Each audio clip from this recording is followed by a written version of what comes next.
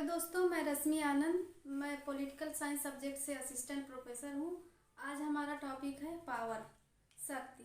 शक्ति क्या है, आज हम इस बारे में पढ़ेंगे। तो यूनानी विचारकों ने, विशेषकर प्लेटो और अरस्तु ने क्या किया है, इसके महत्व को स्वीकार किया है। सर्वप्रथम तो शक्ति क्या है?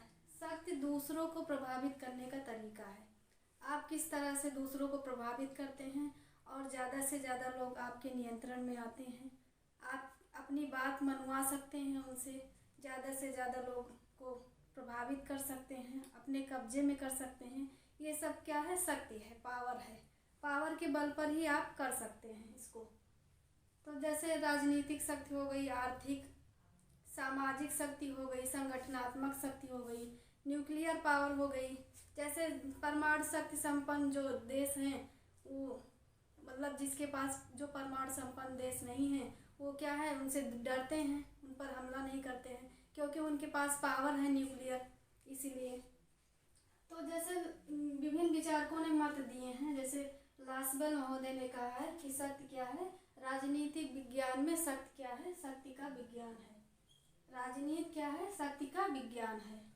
कौटिल्य ने अपनी अर्थशास्त्र, कौटिल्य की पुस्तक क्या है, अर्थशास्त्र। कौटिल्य ने अर्थशास्त्र लिखा है।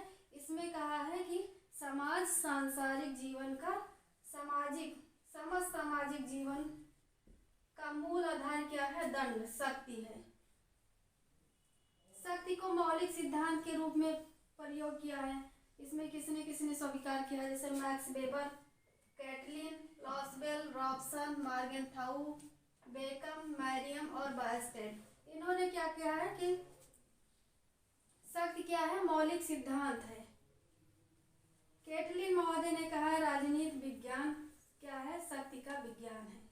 मैकाइबर ने कहा है समस्त गति, संबंध, सभी प्रक्रियाएं, व्यवस्था और प्रकृति में घटने वाली प्रत्येक घटना क्या है, शक्ति की अभिव्यक्ति है। समस्त गति जैसे सभी संबंध, सभी प्रक्रियाएं, व्यवस्था और जितनी भी तरीके से प्रकृति में घटना हो रही है, ये सब क्या है, शक्ति की अभिव्यक्ति है।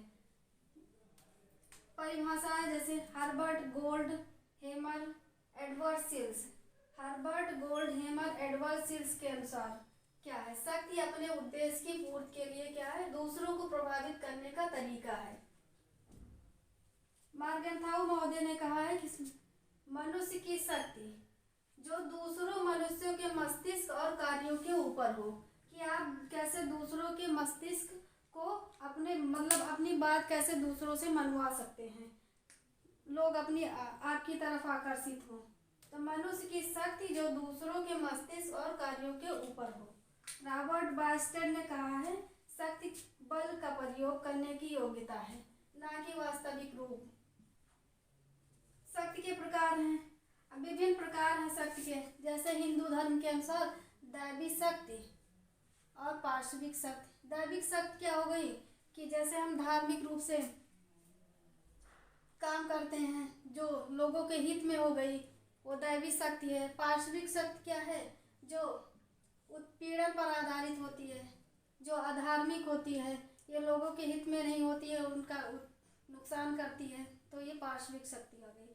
बियर का वर्गीकरण, बियर महोदय ने कहा है इसके 7 प्रकार बताए हैं शक्ति के। जैसे संपत्ति, भौतिक बल, सामाजिक स्तर हो गया, शिक्षा हो गई, नैतिक चरित्र हो गया, व्यक्तित्व हो गया, आकर्षण का प्रबंध।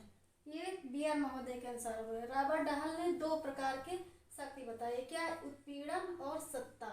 उत्पीड़न क्या है, जो शक्ति वैधानिक ना हो, जो कानूनी रूप से ना हो, गैर कानूनी हो और लोगों के भलाई हित में ना हो, वो उत्पीड़न कहलाती है। और सत्ता क्या है, जो वैधानिक रूप से हो, वो सत्ता कहलाती है।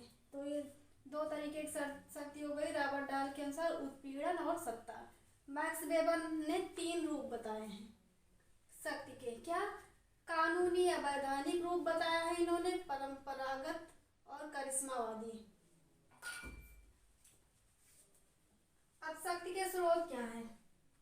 ज्ञान हो गया, व्यक्तित्व, बल, धन, संगठन, सत्ता, प्रेम व मानवता, शारीरिक शक्ति, ये सभी शक्ति के स्रोत हैं। अब प्रयोग करने के ढंग हो गए अनुनय, दंड, बल, बल का प्रयोग, प्रभुत्व क्रिया कौशल। अनुनय क्या है? अनुनय है कि कोई जैसे ज़्यादा शक्तिशाली संगठन है, जैसे वो कम शक्तिशाली संगठन को किस शांतिपूर्ण तरीके से अपनी बात मनवा लेता है, ये अनुनय के अंतर्गत आता है। दंड, बल का प्रयोग करके किस तरह से एक शक्तिशाली संगठन दूसरे कम शक्तिशाली संगठन को बल प्रयोग अपनी बात मनवा लेता है। प्रभुत्व क्या है? जैसे पद सोपान प्रक्रिया में यूज किया जाता है, जैसे ऑफिस में कर्मचारी हैं और उसके अपर लेवल के कर्मचारी हैं, वो कैसे प्रभुत्व रखते हैं, अपनी बात मनवाते हैं। क्रिया कौशल हो गया। क्रिया कौशल हो गया ये व्यवहारिक तरीका है कि आप कैसे दूसरों के व्यवहार में परिवर्तन लाते हैं। विशेषताएं क्या हो गई शक्ति की? शक्ति संबंधात्मक होती है। शक्ति क्या है? द्विपक्षीय धारणा है।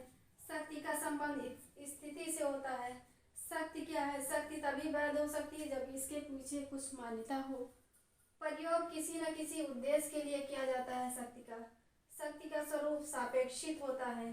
शक्ति अमूर्त है, जो हमें दिखाई नहीं देती है।